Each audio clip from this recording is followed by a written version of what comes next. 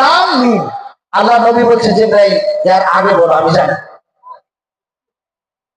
Calf বলেন আমি জানি।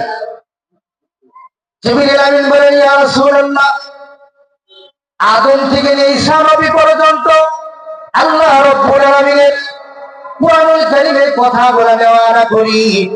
আখির নবী আপনি নবী, যেটাই বলি আপনি বলেন আমি বুঝে গেছি আগে বলো। আল্লাহ নবী জিবরাইলকে বললেন জিবরাইল তুমি কার কথা নেওয়া করে? বলে আল্লাহর কালামুল্লাহ, আল্লাহ রাব্বুল আলামিনের কথা আমি নেওয়া করি।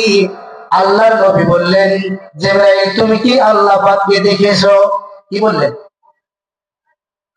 তুমি আদম থেকে ঈসা নবী পর্যন্ত কোরআনুল কারীমের কথাতে আনো, তুমি কি রাসূল, তুমি কি আল্লাহকে দেখেছো? বলে না। কার কথা নিয়ে আসো? তুমি আল্লাহকে দেখো নাই, আল্লাহর কথা তুমি আল্লাহর কথা নেওয়া না করো, তুমি আল্লাহকে দেখো নাই, তুমি কি আল্লাহকে দেখতে চাও?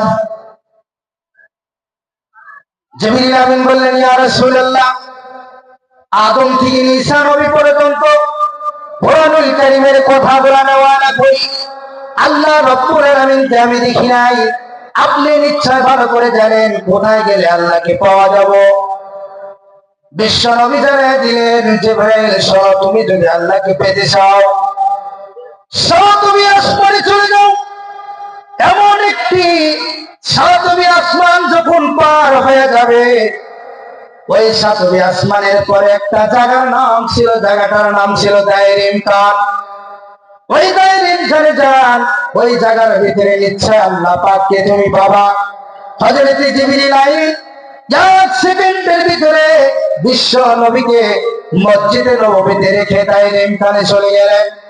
দায়ের ইমকানে যখন চলে যান, জিবরিল আমিন বলেন আল্লাহর কসম খেয়ে বলি পৃথিবীর মানুষ যেমন একটি জায়গার ভিতরে আসলাম, ওই জায়গার ভিতরে কোনো গাছ নাই, কোনো বৃক্ষ নাই, কোনো সূর্য নাই, চাঁদ নাই, শুধুমাত্র আমি যেদিকে তাকাই যেদিকে দেখি শুধুমাত্র আল্লাহর নবীর চেহারা দেখি। বলেন সুবহানাল্লাহ।